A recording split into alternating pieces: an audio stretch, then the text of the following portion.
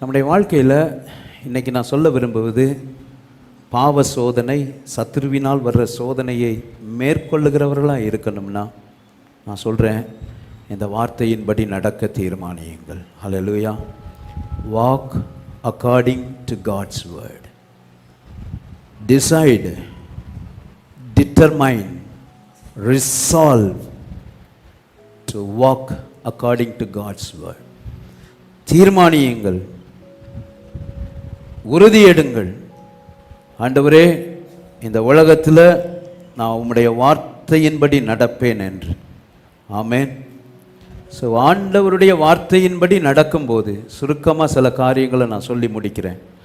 ஆண்டவருடைய வார்த்தையின்படி நம்ம நடக்கும்போது நம்முடைய வாழ்க்கையில் போராட்டங்கள், பாவ சோதனைகள், சத்துருவின் சோதனைகள் வரவே வராது என்பது அல்ல, வரும். ஆனால் அவைகளை எல்லாம் மேற்கொள்ள ஆண்டவர் நமக்கு இந்த வார்த்தையின் மூலம் பலப்படுத்துகிறவராக இருக்கிறார். ஹல்லேலூயா. ஸோ வாழ்க்கையில் போராட்டங்கள் வரலாம், வசனத்தின்படி வாழும்போது வாழ்க்கையில் சத்துருவின் சோதனைகள் வரலாம், வார்த்தையின்படி வாழ அர்ப்பணிக்கும் போது பாவ சோதனைகள் வரலாம். அப்படி வந்தாலும் நீங்கள் என்ன செய்ய மாட்டீங்கன்னா, வீழ்ச்சி அடைய மாட்டீர்கள். தடுமாறலாம், ஆனால் வீழ்ச்சி அடைய மாட்டீர்கள். ஜெயம் பெறுகிறவர்களாய் இருப்பீர்கள். ஹல்லேலூயா. வார்த்தையின்படி வாழும்போது ஆண்டவருடைய வார்த்தையின்படி வாழும்போது ஜெயம் நமக்கு நிச்சயமாய் ஆண்டவர் தந்து நம்மை ஆசீர்வதிக்கிறவராய் இருக்கிறார். இந்த கால வேளையில் உங்களுக்கு சொல்கிறேன், கர்த்தருடைய வேதத்தின்படி நடக்கிற ஜீவியம் வந்த ஆண்டு நம்முடைய வாழ்க்கையில் பெருகட்டும். எல்லாரும் சொல்லுங்க, கர்த்தருடைய வேதத்தின்படி. எல்லாரும் சத்தமா சொல்லுங்க, கர்த்தருடைய வேதத்தின்படி நடக்கிற ஜீவியம் என்னில் பெருகட்டும். எல்லாரும் மீண்டும் சத்தமா, ஆண்கள் சத்தம் கேட்கவே இல்லை, எல்லாரும் சொல்லணும்னு விரும்புகிறேன். கர்த்தருடைய வேதத்தின்படி நடக்கிற ஜீவியம் என்னில் பெருகட்டும். ஆமென். ஆண்டவருடைய வார்த்தையின்படி நடக்கிற அனுபவம் பெருகட்டும். கர்த்தருடைய வேதத்தை கேட்கிறவர்களாய் மாத்திரமல்ல, கர்த்தருடைய வார்த்தையை வெறுமனே வாசிக்கிறவர்களாய் மாத்திரமல்ல, அதின்படி செய்கிறவர்களாய் இந்த ஆண்டு காணப்பட தீர்மானம் எடுப்போம். வெறுமனே கேட்கிறதும் வெறுமனே வாசிக்கிறதோடு கூட நிறுத்தாதபடி இந்த வார்த்தையின்படி நடக்க தீர்மானிப்போம். ஆண்டவருடைய வார்த்தை சொல்லுகிறது, வெறுமனே நாம் கேட்கிறவர்களாய் மாத்திரம் இருந்து இதன்படி செய்யாதவர்களாய் இருந்தால் நம்மை நாமே வஞ்சித்து கொள்கிறோம். ஆகா, இன்னைக்கு பாஸ்டர் நல்ல பிரசங்கம் பண்ணார், யார் உங்களுக்கு மார்க் போட சொன்னது? ஜெகன் பாஸ்டர் நல்லா பேசினாரு, யார் உங்களை ஜட்ஜா வச்சது?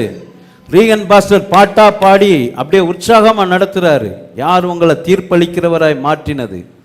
இங்கு சொல்லுவது பிரசங்கத்துக்கு மார்க் போடுவதற்கு இங்கு அல்ல, சொல்லுகிற வார்த்தைகளை கேட்டு அதன்படி வாழ்வதற்கு. ஹல்லேலூயா. சோ வெறுமனே வசனத்தை கேட்டுவிட்டு செய்திகளை பாராட்டிவிட்டு இதன்படி வாழாமல் போனால் நம்மை நாமே நாம் வஞ்சித்துக் கொள்ளுகிறோம். நம்மை நாமே வஞ்சித்துக் கொள்ளுவது சாத்தானால் நாம் ஏமாற்றப்படுவதை பார்க்கிலும் மிக கொடிதானது. சுய வஞ்சனை, self deception is very worst one. சாத்தானால் நாம் வஞ்சிக்கப்படுவதை காட்டிலும் நம்மை நாமே வஞ்சித்துக் கொள்வது மிக கொடிதான ஒன்று. ஆகவே இப்படிப்பட்ட சுய வஞ்சனைக்கு தப்ப வேண்டுமானால் கேட்கிற வசனத்தை வாழ்க்கையாய் மாற்றுவோம். கேட்கிற விதத்தை குறித்து கவனமாய் இருப்போம். எனக்கு அருமையானவர்களே, ஆகையினால உங்களுடைய வாழ்க்கையில் வர்ற பாவ சோதனைகள், உங்க வாழ்க்கையில் வர்ற போராட்டங்கள், சத்ருவினால் வர்ற சோதனைகளை மேற்கொள்ள வேண்டுமானால் வசனத்தின்படி வாழுகிற ஜீவியம் பெருகுவதா இருக்கட்டும். ஆமென். இந்த வசனத்துக்கு கீழ்ப்படுகிற அனுபவம் உங்களுடைய வாழ்க்கையில பெருகட்டும். இதுவரை இல்லாத அளவு இந்த ஆண்டு இந்த வசனத்துக்கு அர்ப்பணித்து வாழ்ந்து பாருங்கள், ஜெயம் கொள்ளுகிறவர்களாய் இருப்பீர்கள். ஆமென். எனக்கு அருமையானவர்களே, கர்த்தருடைய வேதம் கரங்களில் இருப்பதினால் அல்ல, கரங்களில் இருக்கிற வேதத்தின்படி நடக்கிறவர்களாய் மாறும்போது ஜெயமுள்ள ஜீவியம் நமக்கு சாத்தியமாய் மாறும். இன்னைக்கு கரங்களில் வேதம் இருக்கிறது, கரங்களில் உள்ள வேதத்தின்படி நம்முடைய வாழ்க்கை இருக்கிறதா? கேட்டு பார்ப்போம். இல்லை என்றால் அர்ப்பணிப்போம். இது உங்களுக்காக நான் கேட்கிற கேள்வி அல்ல, என்னுடைய ஜீவியத்திலே பல ஆண்டுகளுக்கு முன்பாக கேட்ட கேள்வி. வேதம் என் கையில் இருக்கிறது, ஆனால் வேதம் என் காட்டுகிற ஜீவியமோ அதற்கும் எனக்கும் தூரமாய் இருக்கிறது என்பதை அறிந்து கொள்ள கர்த்தர் கிருபை செய்தார். இன்றைக்கு வேதம் கரங்களில் இருக்கலாம். வேதத்தில் காண்கிற சத்தியத்தின்படி ஜீவியம் இருக்கிறதா என்பதை கேட்டு பார்ப்போம். ஆண்டவர் நம்மை உணர்த்துவிப்பாராக. இதுவரை இல்லாத அளவு இந்த வார்த்தைக்கு கீழ்ப்படுகிற அனுபவத்தை நம்முடைய வாழ்க்கையில பெருக செய்வாராக. ஹல்லேலூயா. ஆண்டவர் வேற எதையும் பார்க்கல. நல்லா கவனிங்க, ஆண்டவர் எதையும் பார்க்கல. யாரை உற்று பார்க்கல. நீங்கள் கொடுக்குற காணிக்கையை பார்க்கல, நீங்கள் பண்ணுற ஆராதனையை பார்க்கல. அவர் யாரை உற்று பார்க்குறாருன்னா, என் வசனத்துக்கு நடுங்குகிறவனை தேவன் உற்று பார்க்கிற ஆண்டவராக இருக்கிறார். Hallelujah. So don't treat God's word casually. இந்த வார்த்தையை அசால்ட்டாக நடத்தாதீங்க. ஸோ ஆண்டவருடைய வார்த்தைக்கு கீழ்ப்படுகிற வாழ்க்கை பெருகட்டும். ஒரே ஒரு கேள்வியை கேட்டு உங்கள்கிட்ட நான் சில காரியங்களை சொல்லி முடிக்க வாஞ்சிக்கிறேன். கர்த்தருடைய வேதம் எத்தனை பேருக்கு உண்மையாகவே பிரயோஜனம் உள்ளதாக இருக்கிறது? ஹல்லேலூயா. உண்மையாக பிரயோஜனம் உள்ளதாக இருக்குதா? வாலிபர்கள் உங்கள் கரங்களெல்லாம் பார்க்கணும். ஆமாம், கர்த்தருடைய வார்த்தை எங்களுக்கு பிரயோஜனமாக இருக்குதுன்னு சொல்கிறீங்களா? ஆமாம். சரி, எதுக்கு பிரயோஜனமாக இருக்குது? இந்த மொபைல் எதுக்கு யூஸ்ஃபுல்லாக இருக்குன்னா டக்குன்னு சொல்லிடுவோம்ல. பேசுகிறேன், இமெயில் அனுப்புகிறேன், வாட்ஸ்அப் பண்ணுறேன். இப்போ தான் பேங்க் டிரான்சாக்ஷன் எல்லாம் இதிலே வந்துடுச்சு. ஸோ நெட் பேங்கிங் இருக்குது, இமெயில் பார்க்குறேன், எல்லாமே சொல்லிடுவோம். இப்போ மோஸ்ட்லி நிறைய எல்லாமே நம்ம இதிலே பண்ணிடுறோம். பைக் எதுனா யூசேஜ், காருடைய பிரயோஜனம் என்ன, இப்படி எல்லா காரியத்தை குறித்து நம்ம கேட்டோம்னா எல்லாமே கரெக்டாக சொல்லிடுவோம். இது எனக்கு இப்படி பிரயோஜனம் உள்ளதாக இருக்குதுன்னு. ஆனால் கர்த்தருடைய வார்த்தை என் வாழ்க்கையில் எப்படி பிரயோஜனம் உள்ளதாக இருக்குது? பிரயோஜனம் உள்ளதாக இருக்குதுன்னு சொன்னோம்ல, எப்படி பிரயோஜனம் உள்ளதாக இருக்குது? நல்ல சத்தமாக சொல்லுங்களேன். சுவாபம் மாறுவதற்கு. Very good. வேற? பரலோக ராஜ்யத்திற்கு எப்படி செல்வதற்கு என்கிற வழியை காண்பிக்கிறது. வேற? பரிசுத்தமாய் வாழ்வதற்கு நம்மை காண்பிக்கிற கண்ணாடி. பரவாயில்ல, என்னுடைய லைனில் அப்படியே சொல்கிறீங்க, பரவாயில்ல. சரி, எப்படி பிரயோஜனம் உள்ளதாக இருக்கிறது? யாராவது அந்த வசனத்தை சொல்லுவீங்கன்னு பார்த்தேன். 2 தீமோத்தேயு 3ஆம் அதிகாரம் 16-17. வேத வாக்கியங்கள் எல்லாம் தேவ ஆவியினால் அருளப்பட்டிருக்கிறது. தேவனுடைய மனுஷன் தேறினவனாகவும் எந்த நற்கிரியும் செய்ய தகுதியுள்ளவனாகவும் இருக்கும்படியாக அவைகள் உபதேசத்துக்கும் கடிந்து கொள்ளுதலுக்கும் சீர்திருத்தலுக்கும் நீதியை படிப்பிக்குதலுக்கும் பிரயோஜனம் உள்ளவைகளாக இருக்கிறது. All scripture is God breathed and it is profitable or it is useful for teaching, rebuking, correcting and in righteousness, so that the man of God may be equipped to do all the good work. எங்களுடைய வேதாகம கல்லூரியில் எங்கள் principal எங்களை இந்த வசனத்தை மனப்பாடம் பண்ண கட்டாயப்படுத்தினாங்க. ஏன்னா அவ்வளோ முக்கியமான ஒரு வசனம். இந்த வசனத்துக்கு நான் சொல்லியிருக்கிறேன் ஏற்கனவே. எத்தனை பேருக்கு ஞாபகம் இருக்குது? ஆண்டவர் இந்த வேதத்தை தந்ததற்கான தெய்வீக நோக்கம் இதுதான். Divine purpose of the inspired holy scriptures.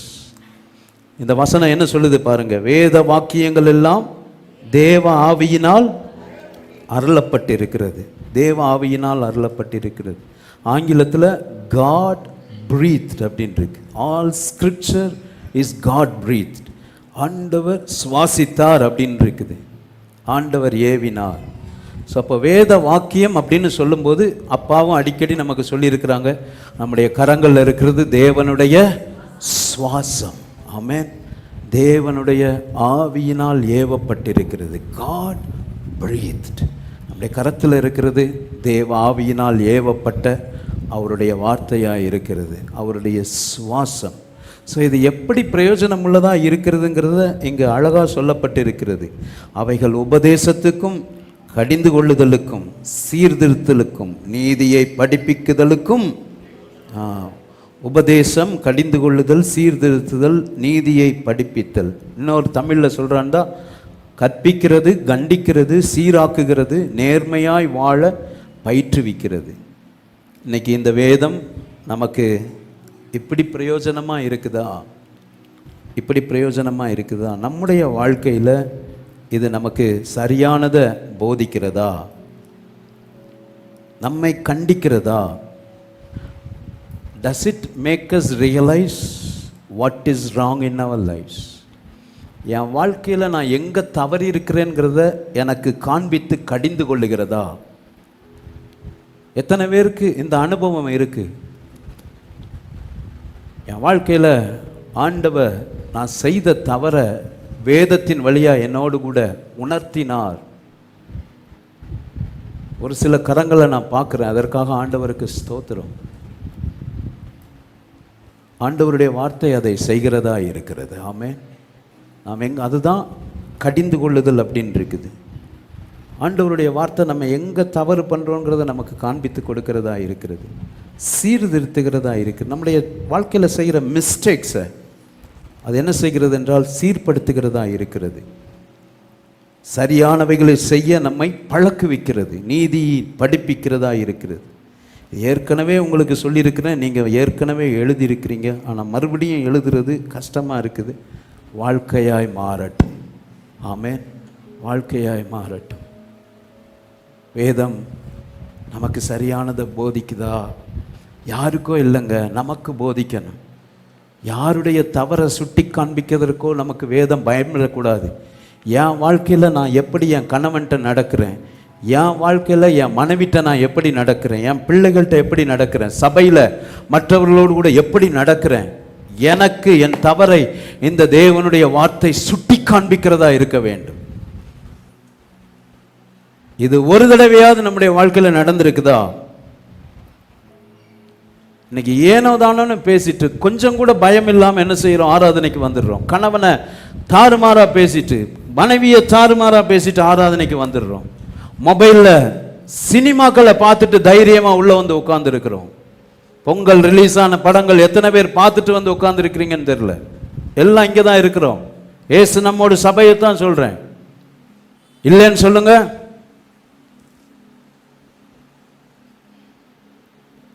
தவறை சுட்டி காண்பிக்காம இதை கையில் வச்சுக்கிட்டு இருக்கிறோம். உங்களை போல பரிதாபமானவர்கள், நம்மை போல பரிதாபமானவர்கள் யாரும் இல்லை. நாம் செய்த தவறு எதுவாக இருந்தாலும் ஆண்டவர் நம்மோடு கூட இடைப்பட வேண்டும். தாவீதுக்கு அந்த பாக்கியம் இருந்தது. நாத்தான் தீர்க்கதரிசியின் மூலமாய் கர்த்தருடைய வார்த்தை வந்து, நீயே அந்த மனுஷன், நீதான் அந்த கொலைகாரன், நீதான் அந்த விபச்சாரன் என்பதை தெளிவாக படம் பிடித்து காண்பித்தது ஆண்டவருடைய வார்த்தை, நாத்தான் மூலமாய் வந்த வார்த்தை. ஆனால் சவுலுக்கோ தீர்க்கதரிசியும் இல்லை, ஆண்டவருடைய வார்த்தையும் இல்லை. இன்றைக்கு தாவீதை போல உள்ள உட்கார்ந்து இருக்கிறோமா? தேவன் நம்முடைய தவறுகளை கண்டிக்காத சவுலை போல உள்ளே உட்கார்ந்து இருக்கிறோமா? தேவனுடைய வார்த்தை கரங்களில் இருக்கலாம். நான் கேட்கிறேன், is it profitable, is it useful? தேவனுடைய வார்த்தை நமக்கு காண்பிக்கிறபடி இது நம்முடைய வாழ்க்கையில பிரயோஜனம் உள்ளதா இருக்கிறதா? பிரயோஜனம் உள்ளதா இருக்கிறதா? கடிந்து கொள்ளட்டும் ஆண்டவருடைய வார்த்தை. என்னுடைய தவறுகளை எனக்கு சுட்டி காண்பிக்கட்டும்.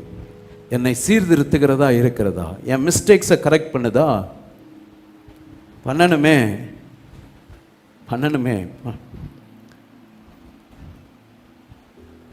என்னை சரியானதை செய்ய பழக்குவிக்கணும். நீதியை படிப்பிக்கிறதா இருக்கிறது. இப்படி ஆண்டவருடைய வார்த்தை நம்முடைய வாழ்க்கையில் பிரயோஜனப்படணும். வெறுமனே கிளிஜோசிய புஸ்தகம் மாதிரி வாக்கு தத்தத்தை தேடுறதுக்கும் இப்படி பிரித்து படிக்கிறதுக்கும் இந்த வேதம் பயன்படக்கூடாது.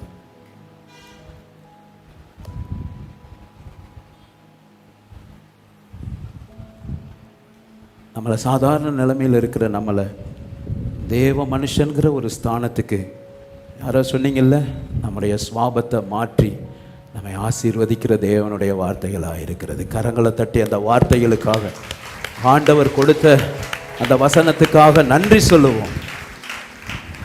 பிரதர்ஸ் அண்ட் சிஸ்டர்ஸ், இதிலிருந்து சில ஆண்டுகளுக்கு முன்பாக நான் சொன்ன காரியத்தை மறுபடியும் சொல்கிறேன்.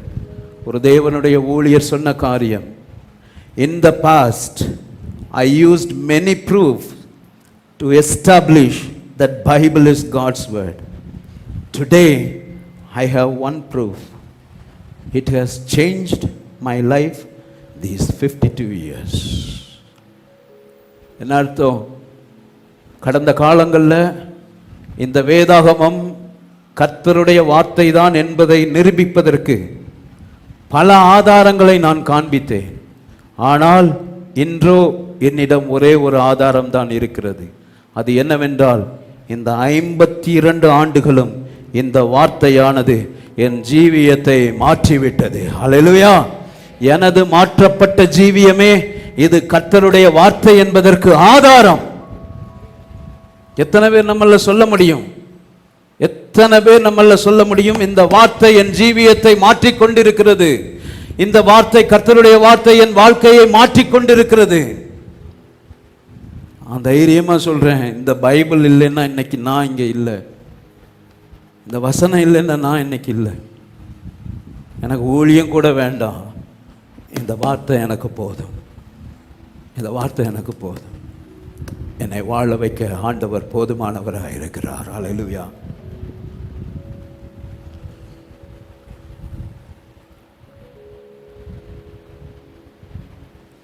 ஆண்டவருடைய வார்த்தை நம்மளை மாற்றுகிறதா இருக்குது. அப்படி நமக்கு இந்த வார்த்தை இந்த ஆண்டு நமக்கு பிரயோஜனமாக இருக்கணும். நமக்கு பிரயோஜனமாக இருக்கணும்.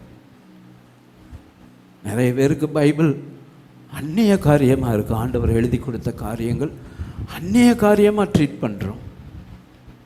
வேண்டாம், வேண்டாம். ஆண்டவருடைய வசனம் காண்பிக்கிறதின்படி இந்த வார்த்தை நம்முடைய ஜீவியத்தில் பிரயோஜனம் உள்ளதாய் மாறட்டும்.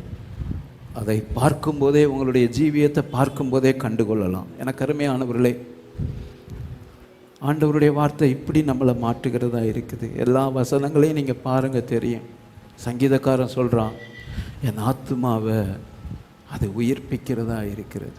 யாருடைய ஆத்துமாவை? வாசிக்கிறவனுடைய ஆத்துமாவை, இதை தியானம் பண்ணுகிற ஆத்துமாவை, உள்ளான ஜீவியத்தை இட் ரிவைவ்ஸ், அது உயிர்ப்பிக்கிறது.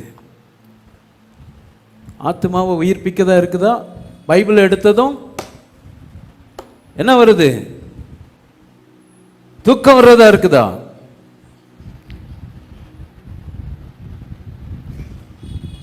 வேதம் உயிர்ப்பிக்கிறதா இருக்குதா?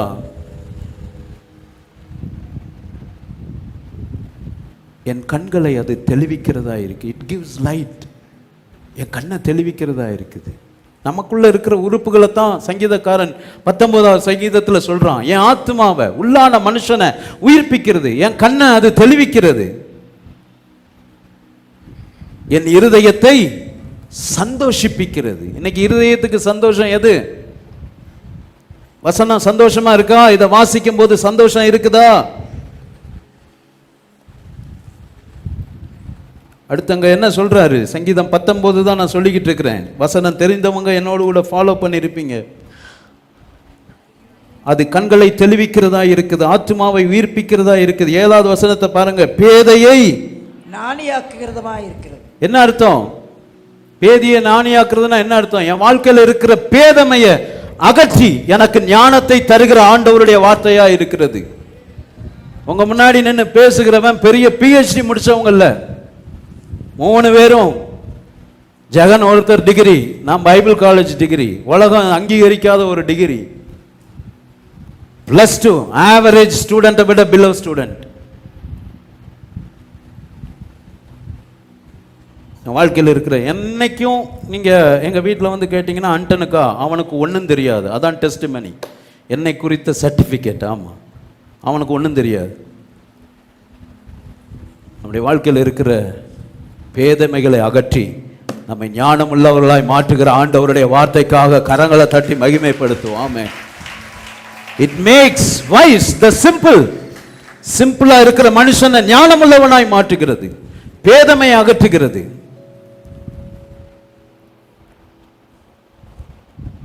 பத்தாவது வசனம், பொன்னிலும் மிகுந்த பசும் பொன்னிலும் விரும்பப்படத்தக்கது. நம்முடைய மதிப்பீடுகளை மாற்றுகிறது, என் விருப்பத்தை மாற்றுகிறது. இந்த உலகம் எதை பெருசா என்னதோ அதன் மேல நாட்டம் இல்லை.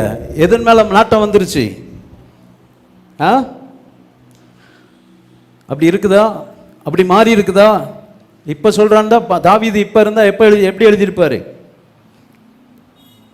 அவைகள் ஐபோனிலும் வேற என்ன போன், ஆமா கூகுள் போனிலும் மிகவும் விரும்பப்படத்தக்கது தேவனுடைய வேதமாய் இருக்கிறது. ஆனா இன்னைக்கு அப்படி இல்லையே. இதுல இருக்கிற நாட்டமும் விருப்பமும் இன்னைக்கு எதுல இல்லாம போயிருச்சு. பிள்ளைங்க காஸ்ட்லி மொபைல் வாங்குற அளவுக்கு காஸ்ட்லி பைபிள் வாங்க மாட்டேங்காங்க. எனக்கு தெரிஞ்ச சகோதரர்கள் உண்டு, அவருடைய பிள்ளைகளுக்கு வாங்கி கொடுத்த பைபிளின் விலை 3500 ரூபா. ஒரு மிஷினரி ரெக்கமெண்ட் பண்ணாரு. 3500 ரூபான்னு கண்ணு விரியுது. ட்ரெஸ்ஸு எடுக்கிறது நம்ம 10,000 8,000 2 வருஷம் 3 வருஷம் போட்டு பாலா போகிற ட்ரெஸ்ஸுக்கு. ஆனால் ஆண்டவருடைய வார்த்தைகளுக்கு செலவு பண்ணுறதுக்கு கை வர மாட்டேங்க நமக்கு. பொன்னிலும் மிகுந்த பசும் பொன்னிலும் அது விரும்பப்படத்தக்கது. விருப்பம் மாறி இருக்கா? வீட்டில் உள்ள நகையை காட்டிலும், போட்டிருக்கிற நகையை காட்டிலும் கையில் இருக்கிற வேதம் விருப்பமா இருக்குதா? விருப்பமா இருக்குதா? மாறி இருக்குதா? உலகத்திலேயே இருக்கிறதுலேயே ஸ்வீட்டான காரியம் எது? தேன் தான். அதை விட நாக்குக்கு டேஸ்டா இருக்குதுங்கிறது ஆண்டவருடைய வார்த்தை. இன்னைக்கு நமக்கு எது டேஸ்டா இருக்குது? பர்கர், அப்புறம் இன்னொன்று என்னது, பீஸா, அந்த நேற்று அது என்னது ஷவர்மா, இன்னொன்று அந்த ஐஸ் போட்டு சாப்பிடுவாங்களே ப்ரௌனி. ஆமாம், இதுதான் இன்னைக்கு டேஸ்ட். புரட்டா. பைபிள் ஸ்டடிக்கு வானா வரமாட்டான். இன்னைக்கு வாங்க, இன்னைக்கு முடிச்சது போவண்டா ஹோட்டல்னா ஆல் ப்ரெசன்ட். ஆமாம், பைபிள் டேஸ்டாக மாறி இருக்குதா? யோபு சொல்கிறாரு, எனக்கு வேண்டிய ஆகாரத்தை பார்க்கல, இந்த வசனத்தை நான் என்ன சொல்கிறேன், காத்துக்கொள்கிறேன் அப்படிங்கிறாரு. சங்கீதக்காரன் சொல்லும்போது, பொன்னிலும் பசும் பொன்னிலும் அல்லது மிகுந்த கொள்ளையுடைமை பார்க்கலும் உங்களுடைய வேதத்தில் நான் பிரியமாக இருக்கிறேன், அதில் வாஞ்சையாக இருக்கிறேன். இப்படி வசனம் நம்மை மாற்றி நம்மை மறுரூபமாக்கிக்கிட்டு இருக்குதா? இப்படி பிரயோஜனம் உள்ளதாக இருக்குதா? பிரயோஜனம் உள்ளதாக இருந்தால் வசனம் இப்படி இருக்கும். எனக்கு அருமையானவர்களே, யாருக்கு இப்படி பிரயோஜனமாக இருக்கும்? யாருக்கு இப்படிப்பட்ட விருப்பங்கள் உண்டாயிருக்கும்? யாருடைய வாழ்க்கையில் இப்படிப்பட்ட மாற்றங்கள் உண்டாயிருக்கும்னா இந்த வசனத்தை கையில் வச்சிருக்கிறவங்களுக்கு இல்லை. நல்லா கவனிங்க, இந்த வசனத்தை கையில் வைத்திருக்கிறவர்களுக்கு அல்ல, இந்த வசனத்தை வாசிக்கிறவர்களுக்கும் அல்ல. யாருக்கு இப்படிப்பட்ட மாற்றத்தை வசனம் கொண்டு வரும் என்றால், இதன் மேல் பிரியமாயிருந்து இதை வாசித்து இதன் மேல் இரவும் பகலும் தியானமாய் இருக்கிற மனிதர்களுடைய வாழ்க்கையே இப்படிப்பட்ட மாற்றத்தை இந்த கர்த்தருடைய வேதம் உண்டாக்குகிறதா இருக்கிறது. கர்த்தருடைய வேதத்தை வாசிக்கிற மனிதன் அல்ல, கர்த்தருடைய வேதத்தில் இரவும் பகலும் பிரியமாயிருந்து தியானமாய் இருக்கிற மனுஷன் பாக்கியவான். சோ இந்த வேதம் சோம்பேறிகளுக்கு கிடையாது. Not for lazy people. இன்னைக்கு வேதத்தை வாசிக்கிறோமா அல்லது தியானிக்கிறோமா? வாசிப்பதற்கு ஸ்டெப் எடுத்திருக்கிறோம். இதுக்கு அடுத்த ஸ்டெப் நீங்க வாசிங்க, தியானிங்க. தியானிக்கிறதுங்கிறது வேற ஒண்ணுமே கிடையாது. வாசித்த பகுதியை திரும்ப திரும்ப வாசிப்பது, திரும்ப திரும்ப அசை போடுவது. கர்த்தருடைய வேதத்தை தியானிக்கிற மனிதர்களுக்கு, இதன் மேல் பிரியமாயிருந்து தியானமாய் இருக்கிற மனிதர்களுக்கு இந்த வேதம் இப்படிப்பட்ட ஆசீர்வாதத்தை கொண்டு வருகிறதா இருக்கிறது. ஹல்லேலூயா. ஸோ இப்படி வாழ்ந்து பாருங்கள். கர்த்தருடைய வார்த்தை ட்ரெமெண்டஸான காரியத்தை உங்கள் வாழ்க்கையில் செய்யும். ஆச்சரியப்படக்கூடிய காரியங்களை உங்களுடைய வாழ்க்கையில் செய்யும் என்பதற்கு நான் சாட்சி, எங்களுடைய குடும்பம் சாட்சி. டியர் யங்ஸ்டர்ஸ், இந்த நாட்களில் எவ்வளவு ட்ரெஷர் பண்ண முடியுமோ, எங்கள் வேதாகம கல்லூரியில் எனக்கு சொல்லி கொடுத்த ஒரு காரியம், இப்போ படிக்கும்போது நீங்கள் எவ்வளவு படிக்க முடியும், வாசிக்க முடியுமோ, இருதயத்தில் வசனத்தை எவ்வளவு சேர்த்து வைக்க முடியுமோ அவ்வளவு சேர்த்து வைங்க. பின்னாட்களில் வரும், நீங்கள் உட்கார்ந்தாலும் வாசிக்க முடியாது. ஸோ அதனால் யங்ஸ்டர்ஸ், இந்த நாட்களில் நல்ல நாட்கள் ஆண்டவர் உங்களுக்கு தந்திருக்கிறாரு. வாசிங்க, வாசிங்க, மெடிடேட் பண்ணுங்கள், இருதயத்தில் ஸ்டோர் அப் பண்ணுங்கள். நிச்சயமாக ஒரு நாள் அது உங்களுக்கு பலன் கொடுக்கும், பலன் கொடுக்கும். எனக்கு அருமையானவர்களே, ஸோ இப்படி ஆண்டவருடைய வார்த்தை நமக்கு பிரயோஜனமாக இருக்கணும்னா நம்ம அதை மெடிடேட் பண்ணுங்கள், தியானம் பண்ணுங்கள்.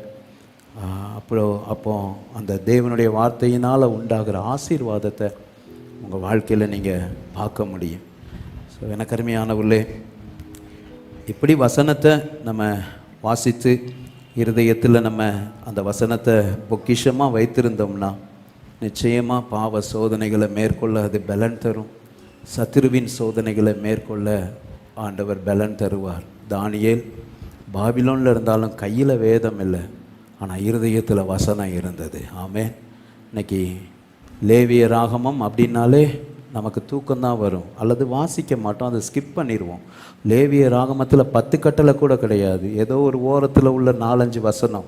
ஆண்டவருக்கு பிரியமில்லாததை சாப்பிடக்கூடாதுன்னு அவங்க அப்பா அம்மா சொல்லி கொடுத்த காரியம் மனசில் ஆழமாக பதிஞ்சிருந்ததுனால பாபிலோனில் போனாலும் இது கர்த்தருக்கு பிடிக்காத காரியம், பிரமாணத்தில் ஆண்டவர் சொல்லியிருக்கிறாரு, இதனால் நான் தீட்டுப்பட மாட்டேன்னு தீர்மானம் பண்ணி வாழ்ந்தான், பரிசுத்தமாய் வாழ்ந்தான். இந்த உலகத்தில் நீங்களும் நானும் கரைபடாமல் வாழணும்னா இந்த வசனம் அதற்கு உதவி செய்கிறதா இருக்கிறது. வாலிப பிள்ளைங்க அநேகர் வெளியூர்லேயும் வெளி இடங்கள்லையும் படிக்கிறீங்க. இந்த காலம் எவ்வளவு பொல்லாததாக இருக்குதுன்னு தெரியும். 7ஆம் கிளாஸ் 8ஆம் கிளாஸ் படிக்கிறவங்க, 10ஆம் கிளாஸ் படிக்கிறவங்க, குறிப்பாக பெண் பிள்ளைகள் திடீரென்று பார்க்கும்போது கருவுற்று பிள்ளையை பெற்றுக்கொள்ளக்கூடிய அவல நிலை. பக்கத்து கிராமத்தில் ஒரு டீச்சர் சொன்ன காரியம், நம்முடைய சபையை சேர்ந்த ஒரு ஆசிரியர் சொன்ன காரியம், வயிறு வலிக்குன்னு சொன்னால் கூட்டிகிட்டு போனோம், டெலிவரி ஆகிட்டு. 10ஆம் கிளாஸ் 11ஆம் கிளாஸ் படிக்கிற பிள்ளைங்களுடைய அவல நிலை. ஸோ அப்படிப்பட்ட ஒரு அசுத்தம் நிறைந்த அந்த உலகத்தில் நீயும் நானும் கரைபடாமல் தீட்டுப்படாமல் வாழணும்னா இந்த வசனம் கரங்களில் இருந்தால் மாத்திரம் போதாது, இந்த வசனம் இருதயத்தில் இருக்கணும். ஹல்லேலூயா. இந்த வசனத்தை வாசி. அதுக்கு தான் வாலிப பிள்ளைங்க நீங்கள் பங்கு பெறுங்கன்னு சொல்கிறோம். ஒரு GB ஃப்ரீ தான், அழகாக நீ இதை யூஸ் பண்ணலாம். ஸோ தயவுசெய்து இதை வாசி, இதை ஸ்டோர் அப் பண்ணு. உனக்காக மனப்பாட வசனம் ஆயத்தம் பண்ணி போடுறாங்க. ஏன் அந்த கேள்விகள்லாம் போடுறாங்க? நீ மறுபடியும் அந்த வசனத்தை பார்க்கணுங்கிறதுக்கு தான். படி. அது நிச்சயமாக வாலிப பிள்ளைங்கள் சிறு பிள்ளைகள் உங்களுக்கு பிரயோஜனமாக இருக்கும். ஸோ அந்த வாலிபன் பாபிலோன் தேசத்தில் கரைபடாத ஒரு வாழ்வதற்கு காரணம் வசனம். ஸோ அதனால் என்ன நடந்தது? ஆண்டவர் அந்த 4 வாலிபர்களுக்கும் எல்லாரை காட்டிலும் நல்ல ஞானத்தை, புத்தி சாமர்த்தியத்தை கொடுத்து ஆண்டவர் ஆசீர்வதித்தார். இந்த வேதத்துக்கு முக்கியத்துவம் கொடுத்து வாழ்ந்து பார். தேவ ஞானம் உன்னை நிரப்பும் என்பதற்கு ஆமென் நாங்கள் சாட்சி. ஹல்லேலூயா. தேவ வார்த்தைக்கு முக்கியத்துவம் கொடுத்து பாருங்கள். தேவன் உங்களை பரலோக ஞானத்தினால், சிறு பிள்ளைகள் நல்லா கவனிங்க, வசனத்துக்கு முக்கியத்துவம் கொடுத்து வாழ்ந்து பாருங்க. தேவன் பரலோக ஞானத்தினால் உங்களை நிரப்ப வல்லவராக இருக்கிறார். ஆமென். ஸோ அதே போல் ஆண்டவராகிய இயேசு கிறிஸ்துவுக்கு சத்துருவினால் சோதனைகள் வந்தது. இயேசு கிறிஸ்து அந்த பிசாசை மேற்கொள்வதற்கும் அவருக்கும் எது தேவைப்பட்டது என்றால் தேவனுடைய வசனம் தேவைப்பட்டது. அவருக்கே வசனம் தேவைப்பட்டது. அப்போ சத்துருவின் சோதனைகளை நீங்களும் நானும் மேற்கொள்ளணும்னா என்ன செய்யணும்? இந்த வசனத்தை நல்லா படிக்கணும். இயேசுவிட்ட பிசாசு எதை கொண்டே சோதிச்சான்னா வசனத்தை கொண்டே சோதித்தான். இன்றைக்கும் வசனத்தை கொண்டே சோதிக்கிற அவல நிலைகள் பெருகி இருக்குது.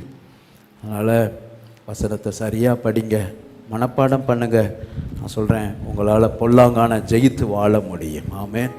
ஸோ இயேசு எப்படி ஜெயித்தாரோ அதே போல் சத்துருவை ஜெயிக்க முடியும். அதை தான் எபேசியர்லையும் நம்ம வாசிக்கிறோம். ஆவியின் பட்டயம், அந்த கேடகம் வசனம் என்னும் பட்டயத்தை பிடித்து கொள்ளுங்கள் அப்படின்ட்டு. ஸோ இந்த வசனத்தை வாசியுங்கள். இதுவரைக்கும் இல்லாத அளவுக்கு, மறுபடியும் நான் சொல்கிறேன், இந்த ஆண்டு இதுவரைக்கும் இல்லாத அளவுக்கு இந்த ஆண்டு அர்ப்பணியுங்கள்.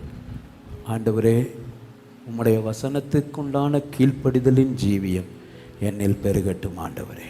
ஆமென். எல்லாரும் கரங்களை உயர்த்தி சொல்லுங்க. தேவனே, எந்த ஆண்டும் இல்லாத அளவு இந்த ஆண்டு உம்முடைய வசனத்திற்கு, எல்லாரும் சத்தமா, உம்முடைய வசனத்திற்கு கீழ்ப்படுகிற ஜீவியம் எங்கள் நடுவிலே பெருகட்டும் ஆண்டவரே. எங்களுடைய வாழ்க்கையில் பெருகட்டும் ஆண்டவரே. அப்படியாய் தேவன் நம்மை ஆசீர்வதிப்பாராக. அசுத்தம் நிறைந்த உலகத்தில் பரிசுத்தமாக வாழணும்னா தேவனோடு நடக்க தீர்மானியுங்கள். பாவம் மற்றும் பிசாசினால் வர்ற சோதனைகளை மேற்கொள்ள வேண்டுமானால் தேவனுடைய வார்த்தைக்கு கீழ்ப்படிந்து நடக்க தீர்மானியுங்கள். எனக்கு அருமையானவர்களே, இன்னைக்கு சொன்ன காரியம் இதோட முடிக்காதீங்க. நீங்கள் உண்மையாக கீழ்ப்படிஞ்சு நடக்கிறீங்களா இல்லையாங்கிறத உங்கள் வாழ்க்கையில் வர்ற பிரச்சனைகள் காண்பித்து கொடுத்து விடும். அதை பார்க்கும்போது நாங்கள் சந்தோஷப்படுவோம். இவங்க வசனத்தின்படி வாழ்ந்து அவங்க வாழ்க்கையில் வந்த பிரச்சனையை ஜெயிச்சுட்டாங்கன்னு. அதுதான் அடையாளம். இங்கே வந்து உட்காந்து அப்படியே முக்காடை போட்டு பாதி தூக்கம், அது இல்லை. கைத்தட்டுறது, அல்லேலியா சொல்கிறது, அந்நிய பாஷை பேசுகிறது, அதெல்லாம் அடையாளம். உங்கள் வாழ்க்கையில் வர்ற பிரச்சனையை நீங்கள் மேற்கொள்கிற விதம், நீங்கள் மணல் மேலே கட்டப்பட்டு வர்றீங்களா அல்லது கற்பாறையின் மீது கட்டப்பட்டு கொண்டிருக்கிறீர்களா என்பதை காண்பித்து கொடுத்து விடும். புத்தியுள்ள மனிதர்களாய் வாழ தீர்மானிப்போம். வசனத்தை கேட்கிறவர்களாய் அல்ல, கேட்கிற வசனத்தின்படி வாழ்கிறவர்களாய் காணப்படுவோம். ஒரு புத்தியுள்ள வாழ்க்கை வாழ அர்ப்பணிப்போம். கர்த்தர் நம்மை ஆசீர்வதிப்பாராக.